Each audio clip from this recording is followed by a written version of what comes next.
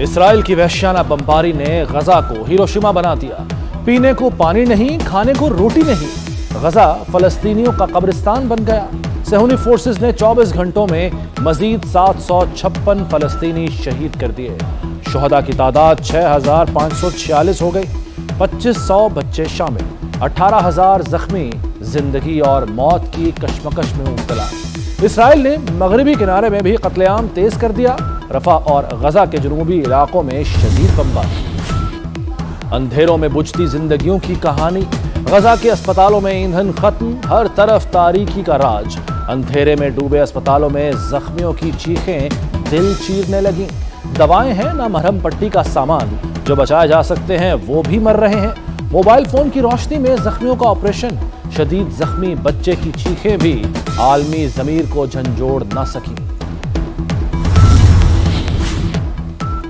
میں نے اس بیٹے کو کھو دیا جس کی پیدائش کے لیے ہم نے 8 سال انتظار کیا تھا۔ غزہ کی ماں کی دہائی، میرا تو ایک ہی بیٹا تھا، وہ بھی چلا گیا۔ دکھی باپ کا اسپتال میں بین۔ ادھر ایک زندگی بجھ گئی، ایک زندگی نے جنم لیا۔ فلسطین کے علاقے خان یونس میں حاملہ ماں شہید ہو گئی۔ ڈاکٹروں نے آپریشن کر کے بچے کو بچا لیا۔ زخمیوں سے بھرے اسپتالوں کو چھوڑ کر نہیں جائیں گے، غزہ کے ڈاکٹروں کے حوصلے بلند۔ اسرائیل عالمی قوانین پامال کر رہا ہے۔ عورتوں اور بچوں کو وحشیانہ انداز سے قتل کرنا انسانیت نہیں۔ سیکرٹری جنرل اقوام متحدہ انتونیو گوتریس کی اسرائیل پر تنقید۔ بیان پر سلامتی کونسل میں اسرائیلی سفیر کو مرچیں لگ گئیں۔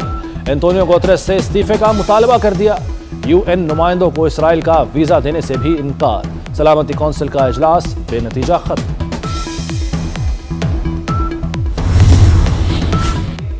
سینکڑوں بچوں کے قاتل نتن یاہو نے اپنے بیٹے کو امریکہ بھجوا دیا۔ نتن یاہو کے بیٹے کی فلوریڈا ساحل پر تصویر نے جلتی پر تیل چھڑک دیا۔ اسرائیلی فوجی نتن یاہو پر پھٹ پڑے، کہا اپنے بیٹے کو امریکہ تفریح کے لیے بھیج دیا اور ہمیں لڑنے کے لیے بلایا ہے۔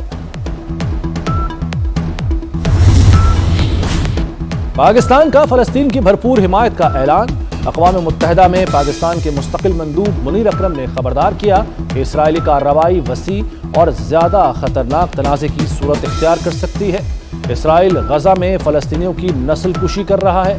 پاکستان فوری اور غیر مشروط جنگ بندی کا مطالبہ کرتا ہے۔ فلسطینیوں کی جدوجہد کو دہشت گردی سے نہ جوڑا جائے۔ حماس دہشت گرد تنظیم نہیں، آزادی کی جنگ لڑ رہی ہے۔ ترک صدر طیب اردوان کا پارلیمنٹ میں پارٹی ارکان سے خطاب۔ حماس کو دہشت گرد سمجھنے والے اسرائیل کے مقروض ہوں گے، ترکیہ نہیں۔ فلسطینیوں کو 2 ریاستی حل کے لیے متحد ہونا چاہیے۔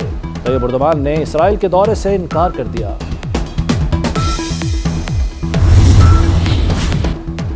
چیئرمین پی ٹی آئی کا جعلی امیج گھڑنے کا منصوبہ بے نقاب۔ پی ٹی آئی ریاست مخالف پروپیگنڈے میں ملوث نکلی۔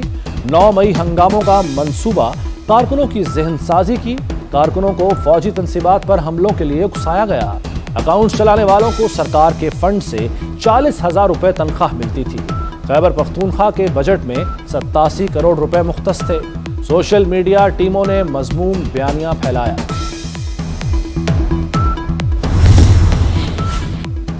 چیئرمین پی ٹی آئی نے ترقیاتی فنڈ کے 87 کروڑ روپے نکالے۔ سوشل میڈیا بھرتی کر کے اپنا بیانیہ پروموٹ کیا۔ فردوس عاشق اوان نے پی ٹی آئی کی ہنڈیا بیچ چوراہے پھوڑ دی۔ کہا ریاست اور عوام کے درمیان دراڑیں ڈالنے کے لیے پلاننگ کی گئی۔ فوج کو بدنام کرنے کے لیے قومی خزانہ استعمال کیا گیا۔ لیگی رہنما طاول اللہ تارڑ کا پی ٹی آئی سے پائی پائی کا حساب لینے کا اعلان۔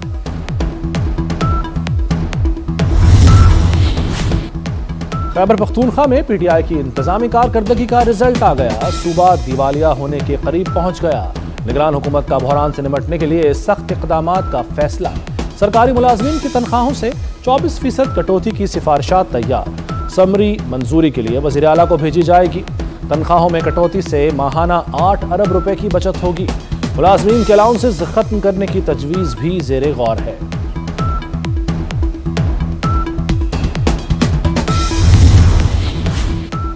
چیئرمین پی ٹی آئی کی مشکلات میں اضافہ۔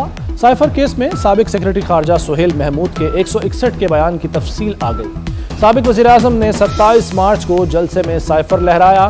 اگلے دن مجھے اچانک بنی گالہ بلایا گیا، جہاں